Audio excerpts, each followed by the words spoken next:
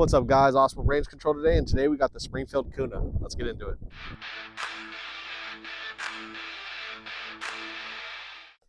All right, guys, let's just jump into the features. 6-inch threaded barrel, 1/2 by 28, so it'll take your suppressors. A monolithic aluminum upper with a polymer lower. It's ambidextrous, so a charging handle that you can flip either side. It's also non-reciprocating, which is amazing. It has, like I said, ambidextrous controls, mag release, bolt catch. It also has a full pick rail, numbered, which is nice. Going into the sights, it has the Hellcat style pistol sights, but then it also has metal pop-up rifle sights. That's a solid feature. In some configurations, it will come with a Strike Industries brace. This one did. It has a pistol grip that you can change out. It's accessible to other style pistol grips you like. A flat trigger, but the feature that has everybody talking about this gun is it is roller delayed. We've all heard that it's the new MP5 of our time, or the MP5 killer. To test that, we're going to put it against a direct blowback PCC valued around $800. The Kuna itself is $1,000 in this configuration. And then we have MP5 clones that are around $1,200. And we're going to just see where they stack up. Guys, these are the two guns we're going to be competing the Kuna against. The MP5 clone, the Mac 5, gold standard for roller delayed, and an AR9 that's direct blowback. We're going to see if this Kuna is on par or better than the industry standard roller delayed, or if it's even noticeably different than the direct blowback. In order to test this, we're going to use the cheapest ammo I could find, which is Armscore 115 grain. The most expensive ammo I could find, 115 grain Longhorn, which is now branded Staccato ammunition. And then we're also going to test Subsonic's 147 grain Armscore. We're going to shoot these each suppressed and unsuppressed using a YHM R9 on every gun, so there's no differences there or discrepancies. We're going to load 5 rounds of each bullet into a magazine and test it simultaneously. So it'll go subs, Longhorn ammunition, and then Armscore, and we're just going to let it go and talk our way through it and what we feel. All right, guys, like I said, first 5 are the cheap ammo, second 5 are the expensive Staccato ammo, and the last 5 are subs. Let's get into it.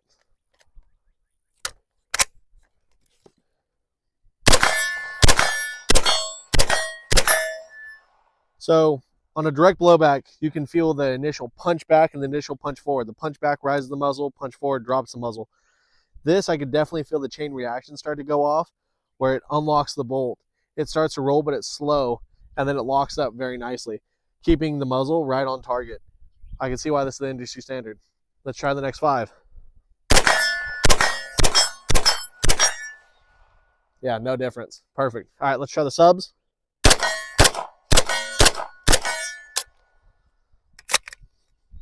Love it. All right, now let's do direct blowback.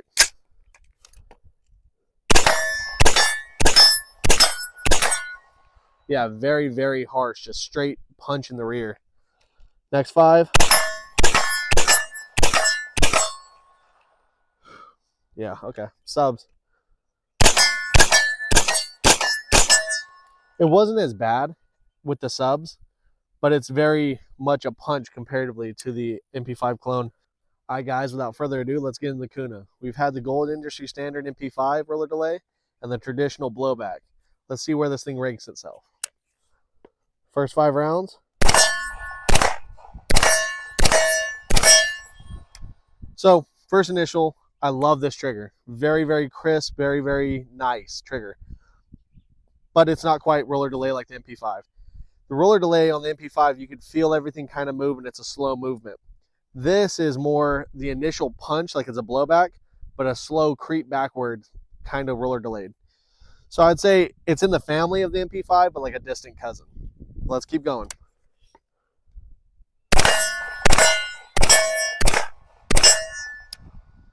I didn't really feel any difference, but it is definitely noticeably more violent.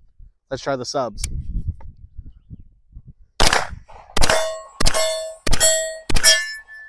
All right, guys, now it's the same test, but we're going to add a can to it just to see if it messes with the reliability and see how it affects the recoil impulse. Let's get into it.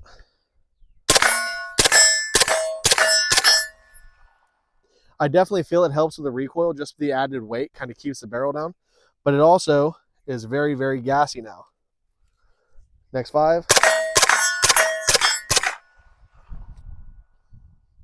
Aside from the gas, I don't really notice any difference with it pushing down from the first 5 rounds. Subs.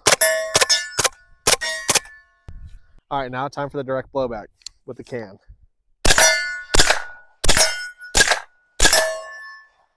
That target's completely spun 180 degrees. Okay, so still very snappy. A little less just because the gas is very pushing it back and then holding it for just a second is what I'm feeling. But it's still very punch forward. Next 5 rounds. See if I can go to a different target.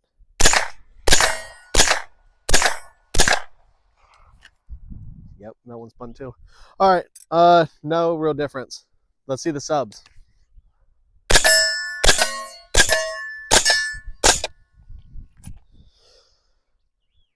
Very, very violent compared to the other.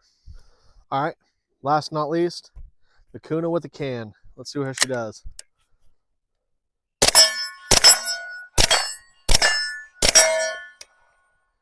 It's a little less snappy than it was not suppressed. Again, the added weight kind of keeps it on target, but I'd say it's an improvement, but not much of an improvement. Next 5.